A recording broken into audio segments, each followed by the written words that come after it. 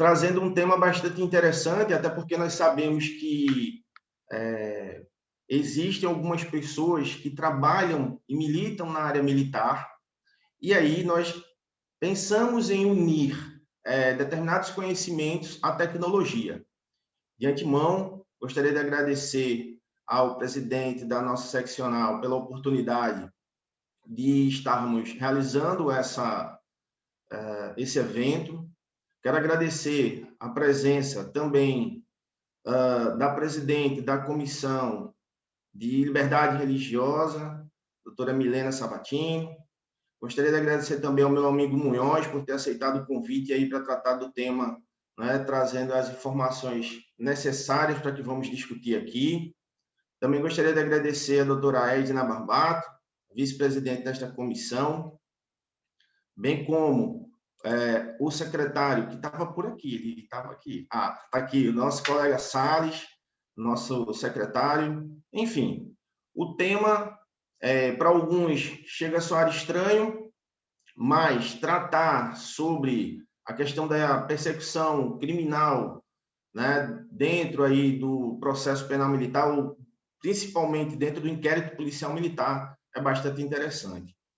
Mas, antes de nós começarmos o tema propriamente dito, gostaria de passar a palavra à nossa vice-presidente para suas considerações aí iniciais do nosso evento. Doutora Edna, fique à vontade.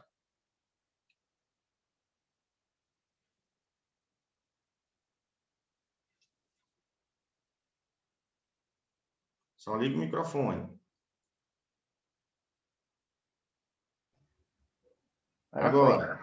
Agora foi. Boa noite a todos, agradeço a presença de todos.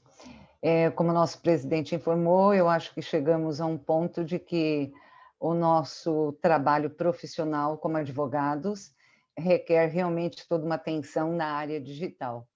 Eu tenho certeza que essa palestra vai ser muito produtiva e vai nos ensinar bastante. Obrigada. Gostaria também de passar a palavra agora ao nosso secretário, nosso ilustríssimo e amigo Anderson Salles, suas palavras iniciais. Anderson, está com a bola. Boa noite, pessoal. Boa noite a todos. É um prazer participar dessa comissão. Esse tema que o doutor Albuquerque está trazendo para a gente é de extrema relevância. Eu acho que para engrandecer nosso conhecimento aí, né, informações precisas para o nosso cotidiano, nosso dia a dia na área criminal é de extrema importância, né? Esses assuntos aí são relevantes para a nossa área. Então, uma boa palestra a todos e estamos à disposição. Beleza, meu amigo. Bom, para começarmos aí sobre o nosso tema, para nós não perdermos muito tempo, o nosso tema, o que nós vamos discutir hoje, a comissão, o que ela se propôs a trazer hoje, é justamente essa informação ou análise da atuação do advogado criminal na persecução penal militar na era digital. Por que resolvemos trazer esse tema? É de suma importância, principalmente para aqueles advogados que pensam em militar nesta área, né, dentro do direito militar, que é uma área tão pouco explorada, é uma área que não se dá muito atenção, inclusive é uma área que não se tem ou não se estuda nos bancos acadêmicos. O direito militar, na verdade, ele é um direito que vive, está no nosso cotidiano sempre, porque se não são situações envolvendo militares das Forças Armadas, Exército, Marinha e Aeronáutica, temos aí os militares estaduais, policiais militares e, né, os corpos de bombeiros.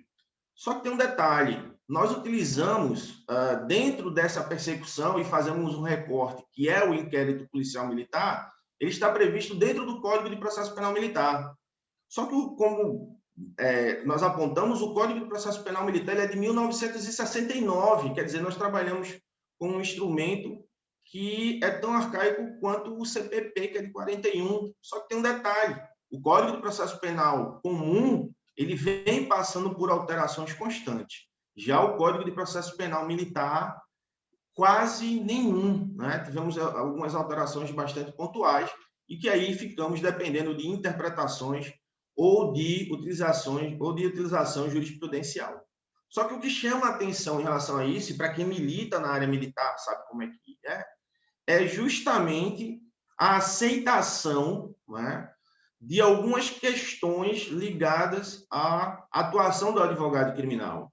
Eu venho, inclusive, trazendo algumas informações e conversando com alguns colegas, principalmente, é que hoje nós temos, e hoje mais do que nunca, uma ferramenta bastante importante, que é o provimento 188, né, do Conselho Federal da Ordem dos Advogados do Brasil, onde ele traz a questão da advocacia, ou essa advocacia investigativa, como alguns chamam, ou uma advocacia defensiva, né, ou uma investigação defensiva, enfim, como queiram. Mas esse provimento 188, que, na verdade, já que estamos com esse recorte de se utilizar aqui, basicamente, de uma atuação dentro da área criminal militar, ela serve como uma alavanca ou como um pilar de sustentação para o princípio da paridade de armas. E isso é muito importante.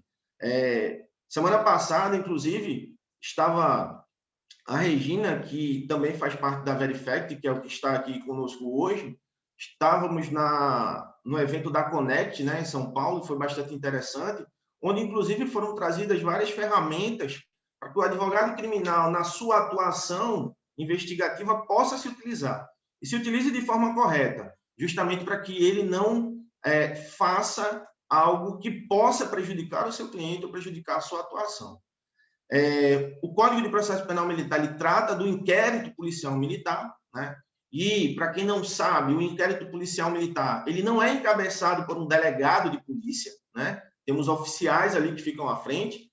Se for das Forças Armadas, são aqueles oficiais das suas respectivas forças, e policiais militares ou do Corpo de Bombeiros são esses oficiais que encabeçam. E que, por vezes, né, não têm uma formação jurídica, certo? E que, às vezes, para entender determinadas interpretações ou algumas informações, nós temos dificuldade, mas também são bastante receptivos. Só que as ferramentas, e hoje o mundo, como eu digo, o direito é digital, nós temos que, na verdade, nós não temos, né? Essa questão desse procedimento, ele tem que se adequar a algumas ferramentas que nós temos que utilizar. Basicamente, as provas hoje são quase, não digo todas, mas são imateriais, porque nós temos imagens, né? Sons, diferentemente do que é trazido no Código de Processo Penal Militar comum e no Código de Processo Penal Militar, onde nós tratamos ali as provas, temos ali exatamente meios de prova, né? E onde o Código de Processo Penal Militar também trata de assuntos ou de um momento analógico, vamos dizer assim, né? Porque trata basicamente ali de meios de provas materiais. E aqui o intuito da comissão foi justamente trazer a informação que, dentro dessa persecução criminal militar, a atuação do advogado criminal dentro dessa área, ela tem que ter subterfúgios ou ferramentas para que ele possa fazer uma construção probatória, para que ele possa construir possa fazer essa produção probatória, que tenha uma fiabilidade essa prova, que a cadeia de custódia seja respeitada, enfim, é bastante interessante que tenhamos essas informações para que nós possamos atuar nesses casos. E, a partir do momento em que eu, advogado, você, advogado ou advogado criminal, adentra nesse inquérito policial militar e toma ciência do que está acontecendo, né, que ao peticionar, já tome par daquilo que pode ser produzido e se utilize de ferramentas para que eu possa, naquele momento, produzir aquele elemento de informação, porque ainda não posso, em tese, tratar de provas, e eu possa aí tratar isso lá na esfera processual e que ela tenha uma certa fiabilidade. Então, a Comissão de Direito Militar resolveu trazer justamente essas informações do que seria a prova digital, e aí eu vou deixar para o Munhoz explicar melhor sobre isso, essa questão do que seria a prova digital, como nós podemos colher essa prova digital, como nós podemos dar fiabilidade a esses elementos de informação, para que sejam corroboradas na fase processual e que essa prova seja consistente. E o melhor, possamos também trazer toda essa sequência da cadeia de custódia, porque não sei se vocês observaram, mas o pacote anticrime ele altera o Código de Processo Penal, mas não altera o Código de Processo Penal Militar.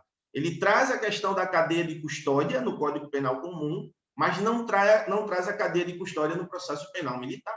Então, mas e aí? Eu posso utilizar ou não?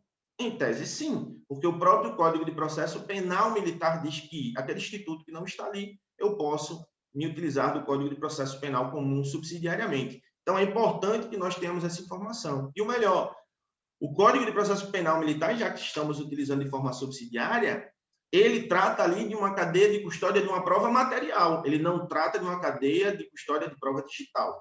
Porém, nós temos, como foi dito, mecanismos hoje, né, que podemos utilizar para a construção probatória, vamos dizer assim.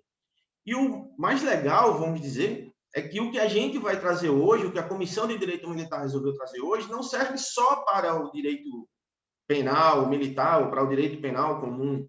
Ela serve para qualquer área, seja trabalhista, seja civil, seja previdenciário, seja internacional, seja para que for. Então, com bastante tranquilidade que trago essa informação. Quando chamei o Munhoz,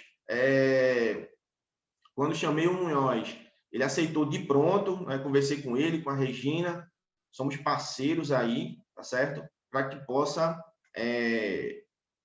apresentar, vamos dizer assim, essa ferramenta. E de antemão, antes de começar a passar a palavra para o Munhoz, agradeço a presença, né, da doutora Ana Paula, vice-presidente da Comissão da Mulher Advogada.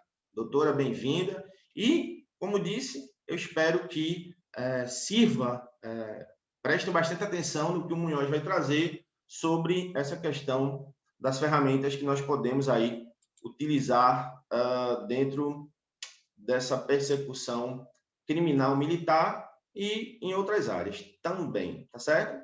Então, eu vou passar a palavra ao Munhoz, né? O Alexandre Munhoz, ele é mestre em administração, especialista em tecnologia há mais de 20 anos e criador, né, da tecnologia Verifact, tá certo? Munhoz, sem muito arrodeio, meu amigo, a palavra está contigo e pode tocar o barco. Obrigado. Primeiro, eu gostaria de agradecer o convite. A gente está sempre aberto a falar sobre o assunto, né? E sempre que a gente fala sobre provas digitais, a gente tenta ser o mais fundamentado possível, sem meias-verdades, sem alimentar ilusões ou mitos que existem nessa área. E é uma coisa interessante, que há 4 anos atrás, quando a gente começou a pesquisar o assunto para resolver esse problema, a gente percebeu muitas informações equivocadas. A gente via que o pessoal da perícia sabia muito bem o que estava fazendo, mas que esse conhecimento do pessoal da perícia nem sempre chegava até os juízes, nem sempre chegava de maneira efetiva até os advogados. Então, a gente via alguns usos equivocados, argumentos equivocados em cima da prova digital. Então, nessa apresentação de hoje, um começo dela, eu vou falar sobre esses conceitos que a gente verificou sobre provas digitais, né, de uma maneira bem simples, bem fácil de entender. E depois a gente vai fazer uma demonstração também sobre a ferramenta. E, ao final, a gente vai dar um cupom para um registro gratuito para todo mundo que está participando aí, para que eles testem a ferramenta depois de conhecer o que ela realmente faz.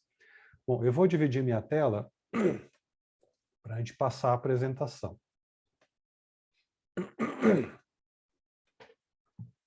Vocês veem minha tela? Tranquilo? Legal. Primeira confusão que a gente encontrou um pouco sobre provas, especialmente provas obtidas da realidade, né? A gente viu uma confusão um pouco comum dos advogados e juízes entre provas documentais e provas que vinham, provas documentais, documentos formais, né? E provas que vinham da realidade. Enquanto provas obtidas a partir de documentos formais, a gente tem um aspecto legal nela, em que a autenticidade dela, na maioria das vezes, é definida por aspectos legais. Então, a gente tem outorgas, pessoas autorizadas, procedimentos definidos por lei, que definem a autenticidade de um documento formal. Quando a gente fala de prova obtida da realidade, seja do mundo físico, seja do mundo digital, a gente fala de uma autenticidade que tem que ser fundamentada a partir de aspectos técnicos, né? Então, como você se aproxima da verdade dos fatos de uma cena de crime? de um assassinato, por exemplo. Você não vai lá, uma pessoa que foi outorgada pelo Estado, dá uma olhadinha e diz que aquilo é verdade. Isso não acontece. Você precisa de peritos que isolem aquela área, que usem procedimentos técnicos para você coletar a prova, fixar ela, armazenar, né? Então a gente viu que apesar dessa conhecimento pericial ser muito bem definido ali na área criminal, quando é uma prova física, a gente viu que na prova digital havia muita confusão ainda. As pessoas tendem a atribuir autenticidade a uma prova digital a aspectos legais, quando na verdade são aspectos técnicos, que definem o quão próximo ela está da realidade, ou seja, o quão autêntica ela é. Então é bom que a gente crie essa separação muito clara. Quando se fala que uma prova é ilícita, a gente está falando de meios de obtenção, autorizações, regulamentações. Quando a gente está falando de autenticidade, a gente está falando sobre o quão próximo da realidade aquela prova é. E ponto. Bom, e existe também muita confusão no termo autenticidade, né? Às vezes se atribui a capacidade, por exemplo, a um tabelião de autenticar uma prova do mundo real. E esse autenticar parece que é só a assinatura dele ali, pronto. E não é bem assim que funciona. A gente disse que a autenticidade é você poder dizer que aquele material vem de onde diz vir e é o que diz vir. Então, esse fio de cabelo veio realmente da cena do crime e ele foi coletado da maneira correta e depois de uma análise descobriu que o DNA bate com tal pessoa. São procedimentos técnicos que dizem da autenticidade do seu argumento. Uma outra confusão também que a gente encontrou foi que algumas pessoas têm a expectativa de que algum recurso garanta a veracidade. Então, tal pessoa viu, tal pessoa assinou, a veracidade está garantida.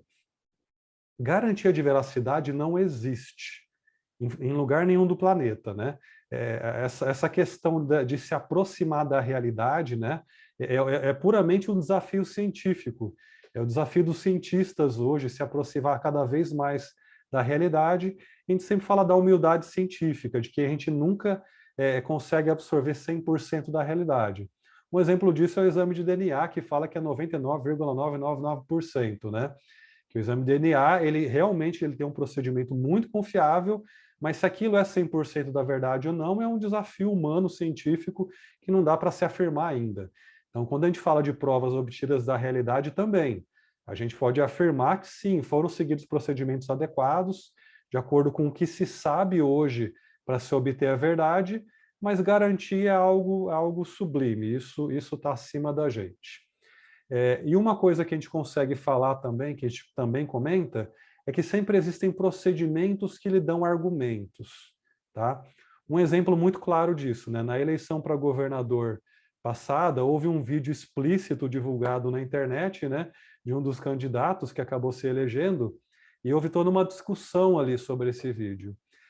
A gente, por exemplo, tem procedimentos adequados para provar que aquele vídeo foi publicado no Facebook, e que aquele vídeo foi publicado por determinado usuário. Então, existe um procedimento para isso, para você extrair informações de onde ele foi publicado, em qual site e por quem.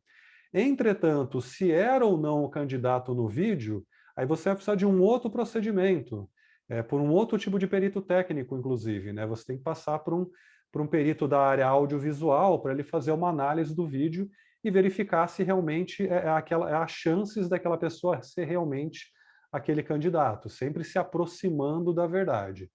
Então, não existe também uma solução técnica que vai responder todas as suas perguntas. Então, alguns procedimentos respondem determinadas perguntas, e se não foram suficientes, você tem que acionar um outro tipo de perito, um outro tipo de procedimento para responder uma segunda, uma terceira, uma quarta pergunta. E é importante deixar isso muito claro, não existe um único procedimento que resolva todas as questões. Às vezes, se a questão for simples, ok. Agora, se tiver perguntas adicionais ali, sempre deve haver um procedimento, né? Um procedimento técnico, embasado, que te dê esse argumento, que permita você falar determinada coisa.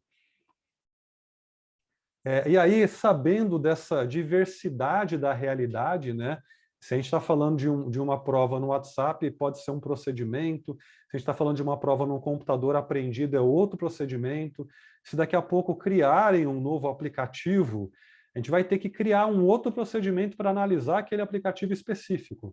Então, sabendo dessa variação, acho que o CPC foi muito inteligente em deixar um pouco aberto essa história da prova, né? Cabe convencer o juiz, cabe a fundamentar a sua argumentação com procedimentos técnicos para convencer o juiz de que aquela prova se aproxima da realidade. Mas existe poucas padronizações no que se refere à prova. O que existe hoje, que é muito interessante e até está vindo um pouquinho atrasado, é que existe um projeto de lei na Câmara atualmente para dar um pouco mais de luz sobre as provas digitais. Até recomendo vocês pesquisarem e darem uma lida. E nesse projeto, inclusive, se replica uma explicação que a gente vai passar para vocês daqui a pouco, sobre a cadeia de custódia da coleta da prova. Então, há sim uma iniciativa atualmente para se tentar regulamentar um pouco a prova digital, e que isso pode dar um chão melhor para esse tipo de prova. E apesar de algumas pessoas falarem que o meio digital é muito volátil, não dá para confiar em nada, essa frase não confiar em nada, ela é um pouco errada, porque existem sim procedimentos, existem caminhos para você gerar confiança. E a volatilidade do meio digital não é tão diferente assim, às vezes, do mundo físico. O mundo físico ele deixa rastros, às vezes, mais difíceis de apagar.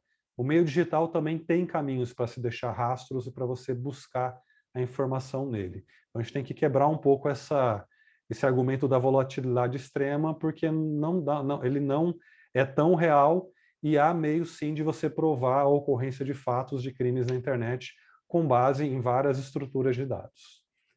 Bom, mas então, como se obter confiança na prova digital no meio digital? Existem normas internacionais que falam disso, né? A principal hoje é a ISO 27037, que ela tem diversas recomendações sobre como se coletar provas digitais e que te dá um procedimento confiável, que você consegue abstrair aquela realidade e depois você tem fundamentos para argumentar sobre o quão próximo da realidade aquela prova está. Eu não vou entrar em detalhes dela, tá? É só quem quiser pesquisar, busque na internet, tem mais detalhes sobre ela. E é interessante porque também a cadeia de custódia, apesar de ser uma lei, né? Apesar de ser uma lei definida no pacote anticrime, ela, na verdade, replica muito do que se sabe hoje de provas de um modo geral. Muitos peritos sabem que esses passos da cadeia de custódia é algo normal quando se fala em perícia. Então, apesar de ser definida pela lei, já se sabe na área pericial que isso é o básico que se tem que fazer. Então, mesmo que ela não existisse, ela também, os argumentos periciais, eles estavam ali para fundamentar tudo. Mas eu dei um destaque ali aos 5 primeiros passos, porque a gente vai falar hoje sobre coleta de prova. A coleta de prova, a gente diz que é a etapa mais importante da prova, porque ela tem que ser feita de modo imediato, de modo correto, senão todo o resto fica comprometido. É de modo imediato porque a prova ela ocorreu na realidade, sem ambiente controlado, sem nada. E ela geralmente entra em estado de degradação imediato. Imediatamente ela pode ser removida, alterada, ou realmente sofrer alguma interferência externa que pode comprometer enfim, aquela realidade lá. Então a coleta tem que ser muito rápida para se preservar os dados dela. Não só rápida, mas seguir também os procedimentos adequados para se poder afirmar de que não houve contaminação, não houve manipulação. A realidade foi replicada com vários detalhes que possibilitam as pessoas no futuro entenderem aquela realidade. Então é preciso que seja feito de modo rápido e efetivo. E a gente disse que assim, não adianta analisar prova mal coletada. Você analisar uma prova que pode ter sido mal manipulada não gera fruto nenhum, né? Até um caso aí da Vaza Jato, eu não sei até que ponto está em discussão ainda, mas se estava discutindo muito uma prova que não foi coletada com procedimentos adequados, né? Nem lícita foi. Então, qualquer discussão, aliás, sobre licitude de uma prova que não se sabe se é verdade ou não se sabe se é autêntica ou não, ela tende a não ser muito produtiva, né? Se o valor da prova é ser correspondente a uma realidade, se você não pode garantir isso, para que você está discutindo licitude ou não da prova? Então, e aí tem sido o argumento, inclusive, da defesa dos procuradores e do ex-juiz Sérgio Moro, de que, olha, não há como confirmar se isso foi manipulado ou não, né? Os 5 primeiros passos da cadeia de custódia foram feitos pelo hacker, que pode ter intervido de qualquer maneira, e esse argumento está correto, sim. Realmente não há como verificar a autenticidade nem verificar a manipulação, porque não tem dados suficientes. Mas, enfim, a gente tem apresentado uma forma mais simples de falar de coleta, inclusive essa explicação ela é replicada no projeto atual que fala sobre provas digitais que está na Câmara dos Deputados, que dá para a gente falar na coleta de dados em 3 fases bastante distintas, né? A gente tem o isolamento. O isolamento seria o equivalente se fosse uma cena de crime real, você isolar a área, manter sob vigilância até a chegada do perito, e quando o perito chega, ele chega paramentado, ele chega com a roupa adequada para se isolar pessoalmente também daquela situação. Então, quando ele isola de manipulação externa e isola que ele mesmo contamine, ele está criando um isolamento suficiente para a coleta da prova. O segundo passo seria o espelhamento. Eu gosto muito de um termo usado, é um termo, na verdade, em espanhol. O Geraldo Prado fala muito disso, que é um autor na área de cadeia de custódia, que ele fala da mesmidade, la mesmidade. Ou seja, replicar aquela realidade, a mesmidade. Então, eu tenho que replicar aquela realidade com o máximo de informações relevantes possível para responder perguntas no futuro, porque aquela cena vai deixar de existir. Ponto. E aí, se não foi coletado determinados detalhes que possam responder perguntas no futuro, essa prova pode até acabar sendo impugnada. E detalhe importante é que, às vezes, essa realidade tem detalhes aparentes e detalhes não aparentes. Por exemplo, o pessoal usar lá aquele produto químico para mostrar sangue, por exemplo, numa cena de crime, né? Isso é um dado não aparente. Você só consegue obter ele com perícia técnica. Então, às vezes, a situação é aparente, às vezes ela está escondida. Então, você tem que observar isso também. E, ao final, aí, esse último item é uma confusão geral na área de provas digitais, vocês vão entender daqui a pouco. Tem a etapa da preservação, que é o seguinte: depois de feito um isolamento efetivo, depois de realizado um espelhamento detalhado, você fecha esse trabalho com um meio de integridade. E aí esse meio de integridade confirma que os 2 primeiros passos foram feitos, além de preservar aquela prova contra alterações posteriores, tá?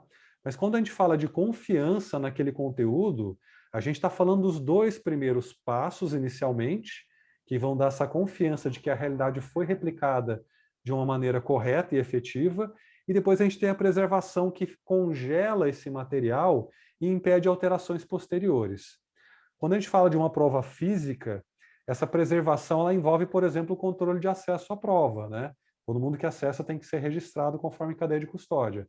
Quando a gente fala de prova digital, essa preservação é um pouco mais fácil até.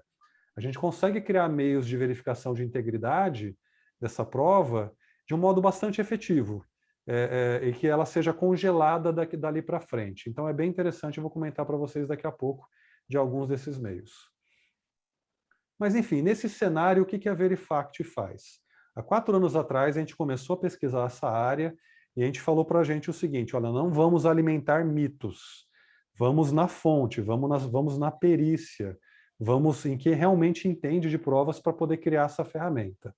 E o resultado foi uma plataforma online que uma pessoa que não tenha conhecimento pericial, é bom ter um pouco de conhecimento de prova, claro, mas que não tenha conhecimento pericial, como um advogado ou até a própria vítima, às vezes, consiga registrar uma prova que siga regras aderentes à ISO 27037, que é essa norma internacional, que tenha um isolamento efetivo contra fraudes.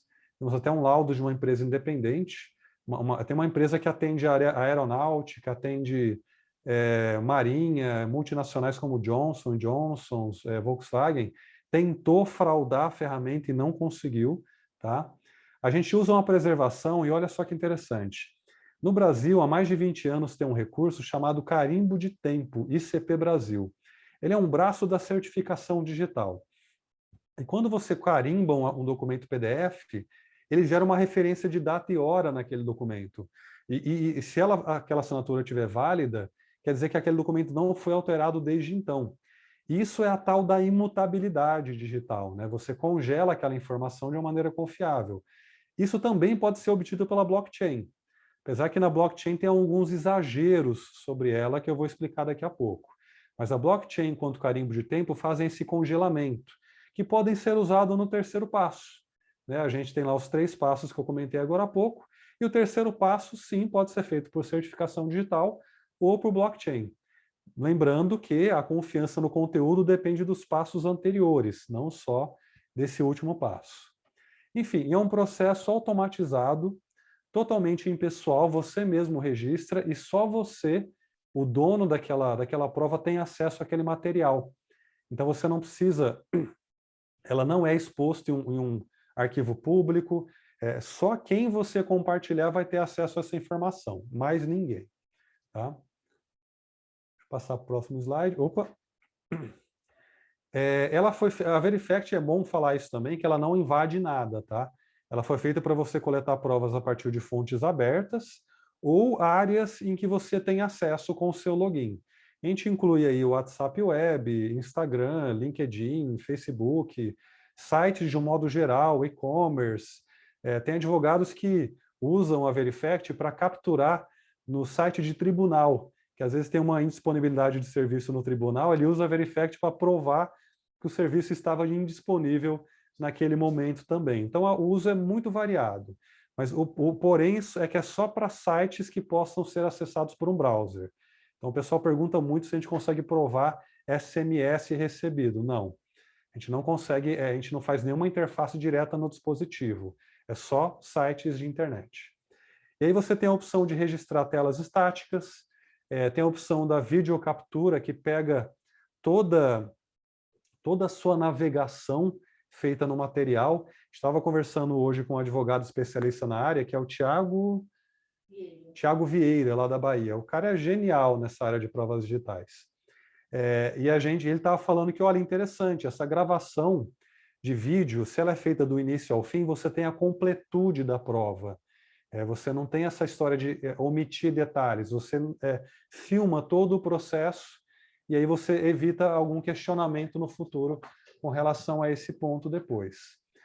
Você também consegue baixar arquivos pela Verifact, né? Não só telas, não só vídeo, mas baixar anexos de e-mail, baixar documentos encaminhados pelo WhatsApp, baixar o áudio do WhatsApp, e você tem a opção de dar play no áudio ou baixar, aí é contigo. Se bem que na área criminal, a gente recomenda não só o dar o play, mas baixar o áudio também, porque o áudio vem com mais qualidade para uma análise pericial posterior. Então, no WhatsApp Web, se tiver áudio, pode dar play, mas recomendamos baixar o áudio também. E por trás desse processo, a Verifact ela capta todos os metadados técnicos da situação de forma automática. Ou seja, todos aqueles dados não aparentes e todos aqueles procedimentos periciais ela faz automaticamente para você. Vocês vão entender daqui a pouco quando eu fizer uma demonstração rápida. Mas enfim, lembra que eu falei para vocês que não existe uma solução mágica que responde todas as perguntas? Não existe. A Verifact te dá o argumento de que determinada informação estava publicada naquele site, por aquele perfil, naquela hora, naquele grupo, enfim. Ela te dá esse argumento, essa informação estava lá, tá? Entretanto, como eu disse, se a pessoa falar que Papai Noel existe no Facebook, você prova que ela falou isso no Facebook. Agora, se Papai Noel existe ou não, aí você tem que ir para outros procedimentos ou outras construções argumentativas a respeito disso. Uma informação importante também sobre a Verifact é que sempre se deve avaliar a confiança da fonte, obviamente. Opa! Então, se eu estou pegando a informação a partir do site do Facebook, o quão fácil é uma pessoa entrar no servidor da Facebook e alterar aquilo? Tremendamente difícil. Pouquíssimas pessoas no planeta teriam a capacidade de fazer isso, inclusive nem sozinhas, às vezes um grupo de 50 hackers talvez consiga. Mas é que eu já vi um perito comentar numa rede social de que prova digital no Facebook não era confiável, porque alguém podia invadir o servidor e fazer uma intervenção lá. Mas aí vem a pergunta, né? Qual o volume de recursos, habilidade técnica, sorte para se conseguir isso? É absurdo, é absurdo. Eu falo que assim, no campo hipotético, tudo é possível, até no meio físico. Se você assistir um filme lá como 11 Homens e um Segredo, hipoteticamente é possível você entrar num cofre subsolo com todas as proteções e sair de lá com todo o dinheiro. Então, no campo hipotético, apesar de tudo ser possível, a gente sempre deve avaliar a dificuldade e recursos envolvidos naquilo. E a gente consegue afastar essas possibilidades, né? Afastar esses questionamentos hipotéticos. E afirmar, sim, confiança naquela informação. Ainda assim, na Verifact, por exemplo, se você publicou no seu LinkedIn uma determinada informação, e você vai lá e usa a Verifact para provar que você publicou, isso pode estar aberto a questionamento. Por quê? O LinkedIn permite que você edite os seus posts a hora que você quiser. Então, como você tem um controle total sobre a fonte, não importa que a Verifact evitou que você manipulasse o processo de coleta, você tem um controle sobre a fonte. Tá? Então, sempre tem que passar por esse crivo também de que se a fonte é confiável, a coleta realmente não foi manipulada e a informação tem autenticidade. Mas se a fonte não for tão confiável, aí realmente ela pode estar aberta a questionamento. A gente tem uma comparação rápida aqui também sobre outros meios de prova, e a gente faz algumas críticas a esses outros meios de prova. Quando a gente fala de print, por exemplo, né, realmente muita gente já sabe que print não é suficiente, mas não sabe o porquê. A print, a gente tem uma... Opa. A print, a gente tem uma dificuldade de verificar a autenticidade dela. Porque se ela não foi coletada com os procedimentos adequados, você não confirma a autenticidade. E, por outro lado, você tem uma dificuldade em comprovar qualquer tipo de manipulação. Todas as técnicas periciais relativas a imagens, elas foram construídas com imagens do mundo real. Então, a gente tem os metadados que são gerados por câmeras, geralmente, que é um caminho de análise, e a gente tem uma certa variação dos pixels, que é gerada na foto quando você manipula ela. Então, essa variação de pixels te dá fundamento para alegar uma manipulação. Só que isso não acontece na print, nenhum dos dois. A gente não tem metadados, geralmente, na print, e ela tem um padrão de pixels muito simples, que você consegue manipular sem deixar vestígio. Então, não se pode confirmar a autenticidade, muito menos a manipulação. Como é que você tem o contraditório? Aí você não tem, praticamente. Com relação à blockchain, a gente explica que a blockchain é o equivalente ao saquinho de evidência. Então, imagina todo o procedimento pericial numa área que aconteceu um crime e, no final, você tem um saquinho de evidência com a assinatura do perito. A função do saquinho de evidência é preservar aquela informação e, se foram feitos os passos anteriores, confirmar a autenticidade. Mas o saquinho de evidência sozinho não faz isso. E a gente vê alguns discursos meio exagerados sobre a blockchain. O pessoal trata a blockchain como se fosse um saquinho de evidência mágico, que qualquer coisa que você bota no saquinho de evidência passa a ser verdadeiro, né? Passa a ser autêntico. E não é assim que a coisa funciona. Então, a blockchain ela aceita informação falsa também. A hora que você quiser, você bota informação falsa nela. A informação tem que chegar verdadeira até a blockchain para ela continuar verdadeira depois. É assim que funciona. E a gente também tem uma crítica com relação à ata notarial. Lembra lá do início que a gente comentou que a autenticidade de provas, na realidade, depende muito mais de aspectos técnicos do que legais? Então, apesar do tabelião ter a concessão do Estado para fazer um testemunho leigo, ele pode ser facilmente fraudado. E ele não obtém detalhes não aparentes da situação para responder perguntas no futuro ou para você ter o contraditório ali, para você ter uma análise pericial no futuro. O fato do tabelião, às vezes, usar uma print que não dá perícia, colocar numa folha de papel e imprimir, isso não dá chance de defesa também, né? Não se pode confirmar que não foi fraudado, porque não foram usados métodos adequados para coletar a prova, tampouco se consegue provar que foi manipulado, porque não tem metadados suficientes, não tem dados suficientes para qualquer perícia posterior. Então, existe um certo endeusamento da fé pública. A gente fala, ok, a fé pública, né, essa outorga dada pelo Estado ao tabelião, que torna ele imparcial, Nesse caso, serve no máximo para você gerar uma prova de anterioridade, para você congelar aquela informação tal qual um carimbo de tempo, tal qual uma blockchain. Mas não dá para afirmar a informação verdadeira. E a lei, né, a gente vê que a lei diz lá que existe presunção de veracidade sobre o testemunho. Ok, existe presunção de veracidade de que ele viu. Se aquilo é verdade ou não, isso é outra história. Então, se você levar um tabelião a um show de mágica, ele vai dizer que uma pessoa foi serrada ao meio e reconstituída sem danos aparentes. Que um coelho se materializou na cartola, né, e que o mágico sumiu do palco sem deixar vestígio. Esse é um testemunho leigo de uma situação complexa que é o meio digital. Ele viu, mas não quer dizer que aquilo realmente aconteceu. E há muitos meios de se fraudar o meio digital. Então a gente questiona isso. E por outro lado, a Verifact, ela usa as chaves públicas, que é gerenciada pelo ITI, que é um órgão do governo, e que também, segundo o artigo 411 do CPC, tem a capacidade de autenticar documentos, mas a gente vende a ideia de que existe um procedimento muito mais complexo para se falar em autenticidade de prova digital do que uma mera outorga, né, do que um mero testemunho leigo em cima dessa história. Aí, pela comparação, como a gente está mostrando para vocês, a gente possui meios técnicos muito mais efetivos para dar autenticidade à prova do que geralmente se usa numa ata notarial.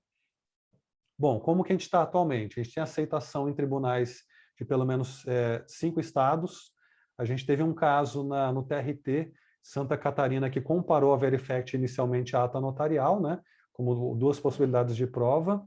A gente hoje está sendo usado pela Polícia Civil do Paraná, pelo Núcleo de Combate a Crimes, no Ciber, e pela Delegacia da Mulher, também que usa, e também pelo Ministério Público da Bahia. E atualmente a gente está em contato com outras polícias civis, com outros ministérios públicos que pretendem usar a Verifact. Por que eles querem usar a Verifact apesar de terem fé pública? Porque só a fé pública não é suficiente, ou porque a gente automatizou um processo que, se fosse feito por um perito judicial público, um perito técnico da área pública, demoraria 6 horas. A gente consegue fazer em questão de minutos o que ele faria, e com a mesma confiança técnica que ele faria manualmente. Então, esses órgãos estão usando a Verifact por causa do rigor técnico que a gente adotou na ferramenta. Eu, para ser técnico, eu comentei com vocês já. Eu vou fazer uma demonstração bastante rápida. Deixa eu ver aqui, peraí. Opa. A ferramenta é um site online, tá? Então, você vem aqui em novo registro, indica um site para você iniciar a coleta de prova, digita um título, concorda com os termos e dá iniciar registro. Nesse momento, ele cria um ambiente seguro no servidor da Verifact. E tudo que você navegar vai acontecer nesse servidor externo. E é assim que a gente consegue um isolamento, né? Tudo que roda no seu computador ou no seu dispositivo pode ser eventualmente burlado, pode ser eventualmente manipulado. Quando a gente roda tudo fora do seu computador, a gente consegue um isolamento efetivo. E aqui eu navego, né? Eu posso entrar em sites em que envolva vídeo, eu posso entrar no WhatsApp Web, eu posso entrar em sites de notícias, eu posso logar no meu Facebook, logar no meu Twitter, e conforme eu encontro uma informação relevante, eu posso vir aqui e registrar uma cópia da tela. Eu tenho um limite de 50 telas atualmente, tá? Lembrando que está sendo gravado, ó, deixei a videogravação ativada, ela grava tudo que eu faço. Os cliques, que são identificados com esse círculo vermelho. Se eu fizer assim, por exemplo, com o mouse, várias vezes em algum assunto que eu quero dar destaque, a videogravação vai captar o ponteiro do mouse fazendo isso também. Se eu der play em áudio, ela vai capturar o áudio que eu dei play. Se eu der play em vídeo, também. E aí eu tenho a opção também de baixar documentos, né? Conforme eu encontro um documento, eu posso tanto usar o botão direito para baixar ele, quanto eu posso simplesmente clicar no download, ele vai baixar e vai constar aquele download também nessa captura técnica feita. Também tem a opção de usar em mais de um site. Você tem um caso que tem provas no Instagram e no WhatsApp, eu consigo trocar o site aqui e navegar por esse outro site. Aí, ó. Aí eu troco, e sempre registrando telas. Eu posso desativar a videogravação? Pode. A gente recomenda que não, tá? Você dá uma completude para a prova se você gravar do início ao fim, mas se você precisar omitir uma informação confidencial, aí é você que decide. Feita toda essa navegação, todas as conversas, dado a captura de tela, você pode concluir o registro. É muito rápido. Se a sua sessão for de 10 minutos, ele vai demorar mais ou menos 10 minutos para finalizar o relatório para você. Ou não, você fala, olha, eu errei, eu acho que não ficou bom, você pode cancelar o registro. Cancela, não tem custo, tá? Só tem um limite diário de 5 cancelamentos por dia. Não posso vir aqui cancelar e começar de novo. Oi? O que foi, Rê? Agilizar, tá. Vamos lá, eu vou mostrar rapidamente então o resultado. Aqui, ó, eu entro depois em detalhes. Tenho 3 arquivos, tá? Esses arquivos você tem que gravar em local seguro, a gente só armazena por 30 dias. Aqui a gente tem os metadados, aqui a gente tem a videocaptura e as imagens, o download coletados, e aqui a gente tem o relatório. Eu vou abrir rapidamente ele aqui. Então, a gente tem um identificador, ele é muito didático. A gente teve vários elogios até hoje sobre o quão didático é esse relatório. É para o juiz pegar na mão e realmente entender o que aconteceu e todo o procedimento. Depois a gente tem as assinaturas digitais, eu só abri pelo Firefox, ele não está mostrando aqui. Temos meios de validação. Esse relatório foi feito para resistir 20 anos. Ele pode ser validado pela certificação digital, pode ser validado pelo nosso validador, ele pode ser validado manualmente por um perito, ele não depende da Verifec existir para você validar ele. E aqui dentro a gente tem todos os históricos, as imagens, os códigos hashes dos arquivos que foram capturados, o histórico, quem é o dono do domínio, todos os metadados coletados, e 9 páginas explicando toda a metodologia por trás da Verifec. Eu vou colocar para vocês aqui rapidinho. A gente está encaminhando para o fim. Deixa eu só achar aqui o link para vocês terem um registro gratuito. Eu vou colocar no chat do Zoom. Tá. Mas eu vou dividir a tela rapidinho para ter ele aqui também, para quem está assistindo fora. Então, a gente fala também assim, tem um slide anterior, eu não vou voltar nele, mas a gente dá uma receitinha de bolo também para registrar a prova. Sempre que você for registrar uma prova, sempre registre quem fez, para quem fez, quando fez, o que foi feito e contexto. Essa receita de bolo funciona, né? Rapidinho aqui no slide, ó. Quem fez, para quem fez, o que fez, quando e contexto. Pegou esses itens, você tem uma coleta de prova bastante efetiva. Bom, caminhando para o final, respondendo a pergunta da Alexandra sobre o WhatsApp. Alexandra, o WhatsApp ele é uma situação bastante complicada porque ele armazena dados no dispositivo, tá? Então, falar em veracidade no WhatsApp é um assunto bastante complexo.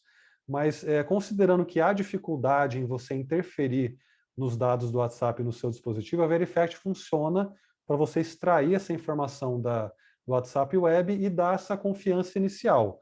Mas a gente fala que na área criminal, o mais confiável mesmo é espelhamento do dispositivo.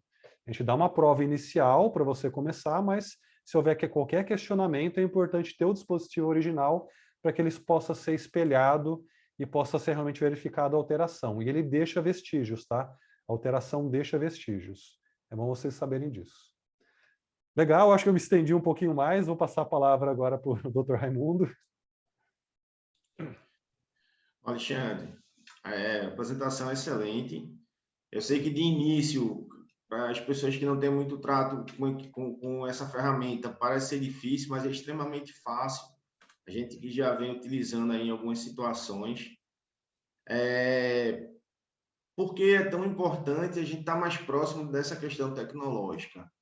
Já que, como foi dito no início, já que fizemos esse recorte aí dentro de uma persecução penal criminal militar, mas volto a falar, vejam que ela pode ser utilizada em qualquer, né, para o advogado que atua em qualquer área, é que cada dia mais nós trabalhamos com isso. E como em recente alteração, eu posso considerar determinados crimes que antes não estavam dentro do âmbito da justiça militar, agora como crime militar, por exemplo, o abuso de autoridade até então era julgado na justiça comum. Se agora eu tenho algum vídeo, né, porque hoje tudo se filma, tem um vídeo, tem um áudio, então eu posso trazer uma fiabilidade dessa prova, né? E aí até o Munhoz trouxe que o professor Geraldo Prado traz no livro dele, a cadeia de custódia no processo penal, a questão da mesmidade. Quando trata disso, eu lembro sempre, quando se trata de cadeia de custódia, a possibilidade de você olhar para trás e refazer todo esse caminho. E isso é muito importante para dentro da cadeia de custódia. E essa questão da prova digital, mais importante ainda, porque ela está presente aí quase que diário, né?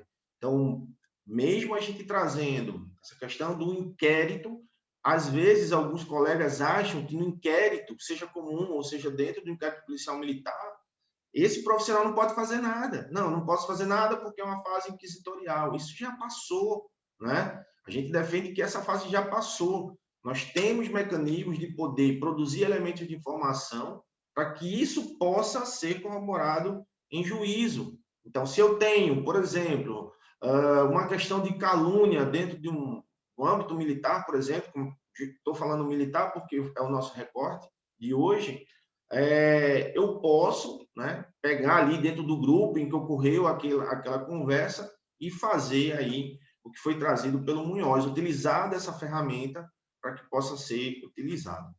Não só isso, e essa questão tecnológica é bastante importante. Nós temos a Verifact, mas existem hoje mecanismos que estão surgindo, que não chegaram ainda no Brasil, mas, por exemplo, nós temos hoje um software que consegue reproduzir, né? Até um aluno estava falando agora há pouco, professor, mas nem o DNA é 100%. Pois é, mas chegamos a uma proximidade. Hoje nós temos software que está rodando no exterior, principalmente nos Estados Unidos, em que ele consegue reproduzir mais ou menos a face de alguém através daquela mensagem que a gente tem ali. Ela consegue reproduzir, né? Nós temos situações de se utilizar nessa fase que o pessoal chama de inquisitorial, nem gosto de utilizar mais essa palavra, mas dentro dessa parte da investigação, mecanismos, por exemplo, em 3D, para que eu possa remontar o local do crime. Então, vejam que tudo é tecnologia. Então, eu posso remontar esse local do crime através de um equipamento, né? De um scanner que, inclusive, começou a ser utilizado a partir de um equipamento de arquitetura, que hoje a gente consegue trazer para o meio criminal. Então, existem mecanismos para que a gente possa trabalhar nessa fase da investigação. Essa fase da investigação, acredito que já passou aquela ideia de que não, eu vou aguardar para ver o que é que vai dar. Às vezes, uma boa atuação, utilizando mecanismos como foi apresentado aqui agora, seja ela no inquérito policial militar, seja no inquérito policial comum, pode evitar processos criminais desastrosos. Eu mesmo estou no final de um que, se fossem utilizados mecanismos pela defesa em situações na situação de investigação, nós não teríamos chegado num processo tão complicado. Então, hoje, eu digo que a atuação do advogado criminal ele é muito mais importante na fase da investigação do que no processo propriamente dito. Porque se nós ali trabalhando conseguimos produzir tudo isso, facilita bastante a nossa vida, inclusive na fase processual. Porque quando se trata desse tipo de ferramenta, hoje em dia, o que eu vejo muito são os juízes perguntando assim, já que até no Connect eu levantei essa situação, eu tinha até feito uma pergunta lá para a Regina, mas acabou outro colega respondendo, que foi essa questão de meu Deus. Essa questão da produção de elementos de informação, de utilizar-se dessas situações, se o advogado criminal em si, se seria bom, né, dentro dessa fase inquisitorial, o que é que ele poderia fazer para poder melhorar a situação dele no processo. E a utilização dessas ferramentas, elas são bastante importantes. Não só essa, mas como outras. Nós temos hoje startups que trabalham com isso, né? Hoje temos aí a do nosso colega lá, né, Munhoz, do Bernardo, que é o AB2L. Então, eu convido os senhores a visitarem esse site, a B2L. Tem startup para tudo que é jeito. Então, vocês vão encontrar ferramentas para poder atuar de forma bastante tranquila. Então, esse é o recado que a gente queria trazer. É lógico, não vamos nos aprofundar, mas eu quis chamar a atenção dessa questão da atuação do advogado criminal dentro do inquérito policial militar. Quem sabe mais à frente a gente então trata de um curso específico para o inquérito policial militar, trazendo essa questão da investigação defensiva, se utilizando de ferramentas tecnológicas para a atuação do advogado criminal. Mas boa parte dos advogados sempre tem aquele entendimento de que, mas não vai ficar caro para o meu cliente? Bom, acho que a ideia é a gente mostrar as ferramentas que a gente tem. Se o cliente quiser aderir, facilita muito a nossa vida e vai facilitar a vida daquela pessoa. Mas volto a falar, a ferramenta que foi trazida hoje, ela serve para o processo criminal, mas ela serve para qualquer outra área. E é isso, né? É isso que a Comissão de Direito Militar vem trazer de início. Lógico que nós vamos desenvolver um trabalho bastante interessante, já que é uma comissão nova na nossa subseção, Munhoz. E conto aí sempre com a presença de você e Regina aí, para que quando a gente possa desenvolver determinados temas, trazer vocês aqui, né? Juntamente aí com a doutora Edna, com o Salles, enfim, com todos aqueles, e clamo e convido, né, as pessoas a participarem da nossa comissão para que ela possa desenvolver um trabalho bastante brilhante. Mais uma vez, quero agradecer o apoio do nosso presidente, o doutor Luiz Eduardo Mariani, que de pronto não teve nenhum problema em criar a comissão para que a gente possa desenvolver esse trabalho. Inclusive de enxerido, Munhoz, ainda fui para a comissão de startups, né, da própria subseção, justamente para poder a gente fazer esse link aí.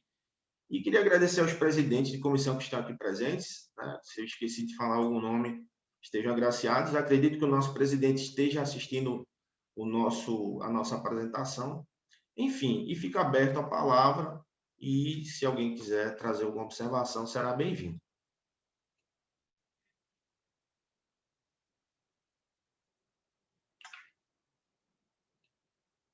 Ninguém? Então, Munhoz, você pode trazer aquela informação lá para os colegas aqui em relação ao voucher, né? Legal, gente. O voucher, ó, tá ali no chat do Zoom, tá? Deixei na tela por um tempo. Usem logo, porque ele tem um uso limitado e validade também, então aproveitem que aí se cadastrando por eles vocês ganham um relatório gratuito.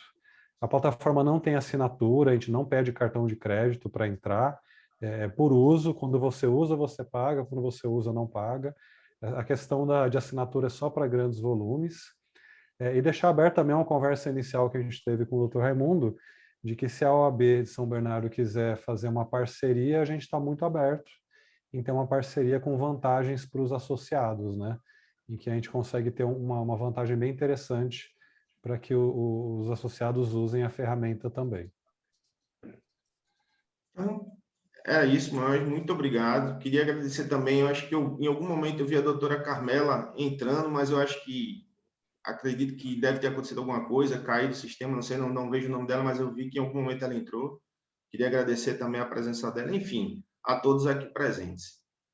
Bom, vejo agora o nosso presidente aí caladinho no canto da tela. Presidente, por favor, dê a sua palavra, pelo menos agora no finalzinho. Boa noite, doutor Raimundo, boa noite a todos. Eu fico aqui quieto só assistindo. O hábito que eu tenho é as pessoas não vêm aqui para me ouvir, vêm ouvir os palestrantes. Boa noite, doutor Alexandre Munhoz, obrigado pela explanação, obrigado pela participação de todos. Já fica garantido aqui a parceria, doutor Alexandre. Podemos fazer sim, com certeza, o doutor Raimundo vê lá o nosso operacional, nosso administrativo para ajustar essa parceria, mas com certeza faremos sim, é de nosso interesse. E só agradecer, doutor Raimundo, por ter aceito, né, o trabalho dessa comissão e tudo. Vossa ideia foi realmente fantástica. Por essa inovação dessa reunião, nós vemos aqui bastante colegas interessados, profissionais de outras áreas também. Eu acho que o trabalho nosso é esse, é realmente agregar. E isso o doutor Raimundo está fazendo muito bem, vindo para a nossa comissão, a doutora Milena também, que eu estou vendo por aí. Então, eu queria agradecer a todos os que estão trabalhando nessa gestão e parabenizar. Brilhante palestra, brilhante apresentação. Tenho certeza que mais virá pela frente. E, doutor Raimundo, a casa é nossa. As portas sempre estão abertas ao doutor, a todos os que quiserem trabalhar, participar. Aqui não tem começo, meio ou final de gestão. A qualquer momento, eu quero ajudar, quero inovar, quero fazer o que for para o bem da advocacia, nós vamos estar fazendo sempre. Acho que o importante é nós estarmos juntos, porque nós, com frequência, agora estamos sendo massacrados, né? De qualquer maneira, a advocacia já tinha suas dificuldades anteriores e agora parece que querem relegar a advocacia a segundo plano. E esquecem que na hora das dificuldades, na hora das barbaridades, na hora das violações, é um advogado que vão procurar. Então, acho que nós temos que estar unidos para mostrar a nossa força. Eu digo desde o primeiro dia de gestão, nós, advogados, não queremos privilégio, nós exigimos respeito. E como primordiais ao funcionamento da justiça, devemos ser tratados. Então, é importante, agradeço a todos por estarem aqui. Temos mais eventos essa semana, até o final do ano. Fazer um convite, nós vamos ter semana que vem a campanha da vacinação na subseção para H1N1, ainda não é a da Covid.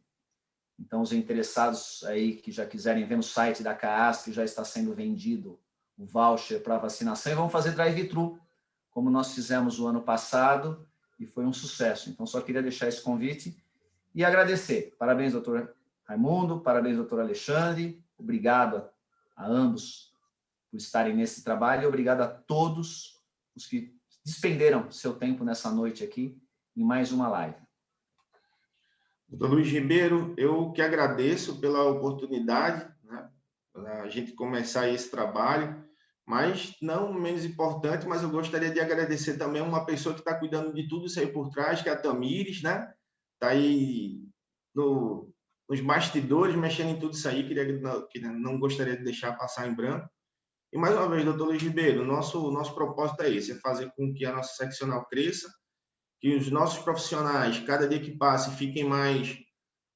venham a se atualizar, a ficar mais próximo dessas tecnologias que hoje estão bastante presentes. E o doutor Munhoz, mais uma vez, meu amigo, muito obrigado, né, pela parceria, e com certeza vamos trazer essa ferramenta aí para os advogados da nossa seccional aí, para poder ajudar nos nossos trabalhos aí como advogados. E é isso. Dou por encerrado, então, doutor Luiz Ribeiro, se assim o permitir. Dou por encerrado os nossos trabalhos. E até a próxima. Boa noite a todos.